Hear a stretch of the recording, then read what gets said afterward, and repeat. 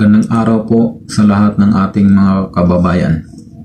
Ang topic natin ngayon ay tungkol sa diabetes.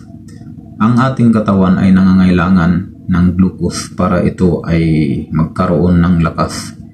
Ngunit posible natin itong makukuha sa fruits, its juices, honey, cereals at iba pa. Karagdagan na impormasyon. Instead na mag-a-add ka ng sugar sa milk ng iyong iinumin, i-practice natin siya na without sugar, or magdagdag tayo ng konting turmeric powder dahil ito ay nagbibigay ng good taste at naglilinis ng ating dugo at nagkakaroon tayo ng healthy skin sa ating katawan. Ngayon, i-observe din natin ang ating pancreas kung ito ay gumagana ng maayos. I-correct natin siya sa pamamagitan ng acupressure therapy. Ngayon, ituturo ko ngayon ang koneksyon ng pancreas. Dito natin siya i-acupressure therapy.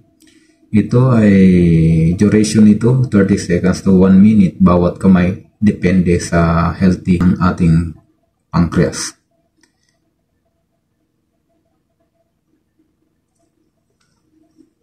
Dito din sa kabila.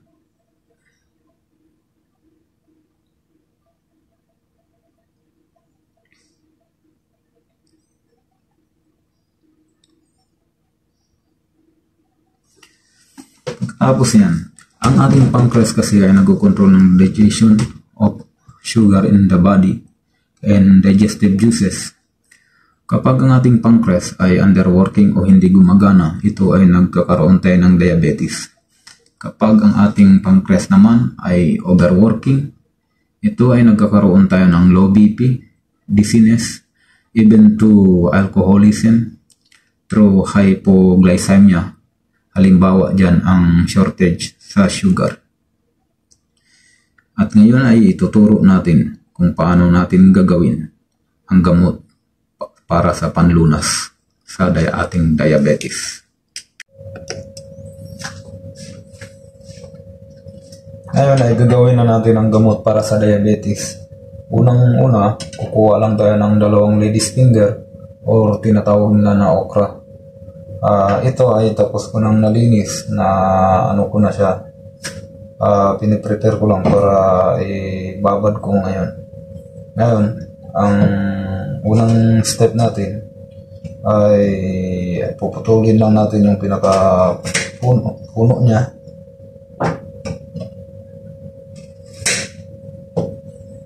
Ito ay naputol ko na. Tapos i-slice lang natin to ng lengthwise. Kaso dahil ang ating okra ay mahaba, kailangan natin siyang putulin sa 2 kasi hindi siya papasok dito sa baso.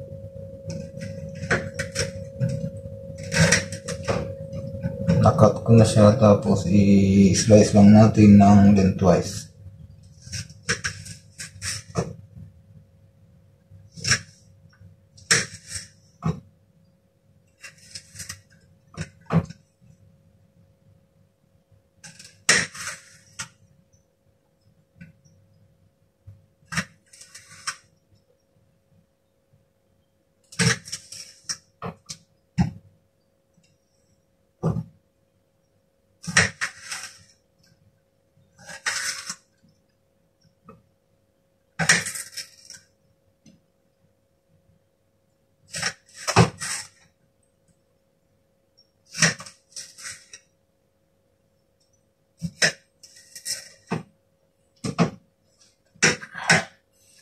And tapos ko na siya na cut. Pagkatapos nito, kukuha tayo ng kalahating baso ng tubig, tapos ibabad natin siya. Kahapon pala may nagawa na ako. Nagawa ko na siya na may nakababad na overnight. Kasi ang gagawin natin, kukuha tayo ng kalahating tubig na baso, tapos ibabad natin siya overnight. Ito nagawa ko na kahapon. So, ito, set aside muna natin kasi para ngayon yan, ibababad ko. So, ang next natin gawin, pigain natin. Nag-ano naman ako, naghugas naman ako ng kwan. Pwede natin itong pigain.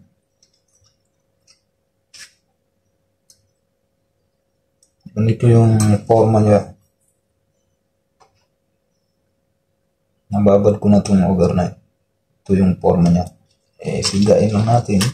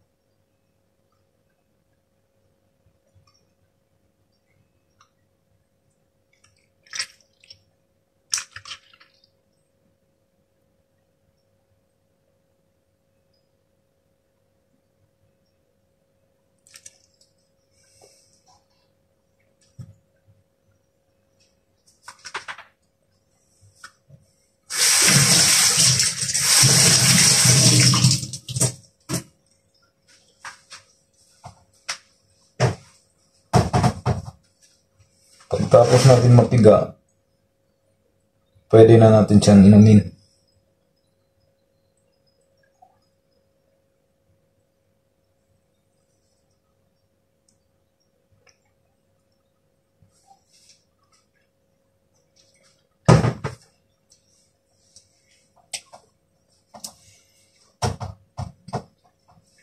Okay naman yung lasa niya.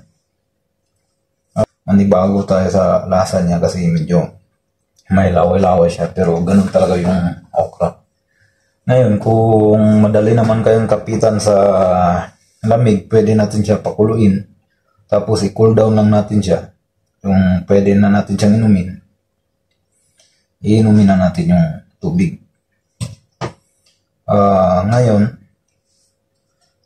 pagkatapos natin siya mainom, ang kailangan natin gawin, wag muna tayong iinom ng kahit anong tubig o kakain ng kahit pagkain sa loob ng 20 to 30 minutes.